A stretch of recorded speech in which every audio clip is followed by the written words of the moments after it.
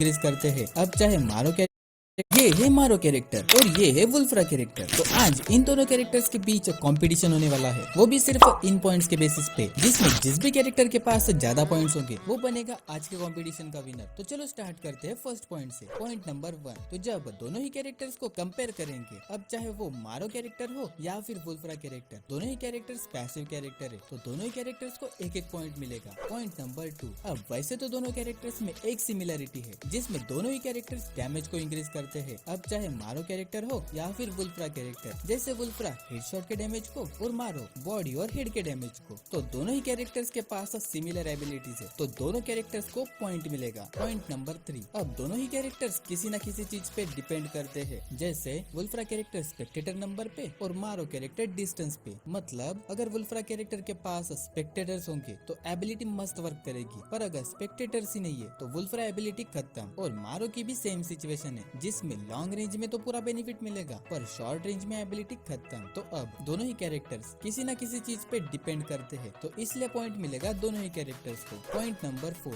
अब दोनों ही कैरेक्टर के पास एक्स्ट्रा एबिलिटीज है, जैसे वुल्फ्रा कैरेक्टर में स्पेक्टेटर होने से एनिमी का हेडशॉट डैमेज कम पड़ेगा, और वहीं पे मारो कैरेक्टर में अगर आपके पास मोको कैरेक्टर होगी तो आप किसी भी एनिमी को 3.5% एक्स्ट्रा डैमेज दे पाओगे, पर सिर्फ मार्क्ड एनिमीज को, वो भी लॉन्ग रेंज में। तो अब दोनों के पास बोनस एबिलिटीज है, तो पॉइंट मिलेगा दोनों कैरेक्टर्स को। पॉइंट नंबर 5, अब वुल्फ्रा कैरेक्टर मैक्सिमम 30% तक डैमेज को इंक्रीज कर सकता है, वो भी 3 स्पेक्टेटर से, और वहीं पे मारो कैरेक्टर टोटल 25% तक डैमेज को इंक्रीज कर सकता है, वो भी अकेले। पर अगर इसके साथ मोको कैरेक्टर भी होगी तो एक्स्ट्रा 3.5% तक डैमेज भी बढ़ जाएगा। तो अब मारो कैरेक्टर के डैमेज को टोटल करे तो 28.5% तक डैमेज इंक्रीज हो रहा होगा। तो अब दोनों कैरेक्टर्स को कंपेयर करें तो इजिली वुल्फ्रा कैरेक्टर इस डैमेज बैटल का विनर बनेगा, तो पॉइंट जाता है वुल्फ्रा कैरेक्टर के पास। पॉइंट नंबर 6, अब वुल्फ्रा कैरेक्टर को आप शॉर्ट और लॉन्ग दोनों ही रेंज में यूज कर सकते हो, पर वहीं पे मारो कैरेक्टर सिर्फ लॉन्ग रेंज में ही काम आएगा, तो पॉइंट मिलेगा वुल्फ्रा कैरेक्टर को, क्योंकि दोनों ही रेंज में यूज कर सकते हो यार, इसलिए। पॉइंट नंबर 7, अब वैसे तो मारो कैरेक्टर आपको हर वक्त बेनिफिट देगा, पर एक कंडीशन है, सिर्फ लॉन्ग रेंज की, और वुल्फ्रा कैरेक्टर भी बेनिफिट देगा, पर सिर्फ स्पेक्टेटर होंगे ना तब। तो दोनों कंडीशन को कंपेयर करें तो मारो कैरेक्टर ही आपको हर वक्त बेनिफिट देगा, तो इसलिए पॉइंट मिलेगा मारो कैरेक्टर को। पॉइंट नंबर 8, अब मारो कैरेक्टर की बात की जाए तो इससे आप ज्यादा स्पेक्टेटर को ले पाओगे, पर सिर्फ कुछ ही देर के लिए, पर वहीं पे वुल्फ्रा कैरेक्टर से आप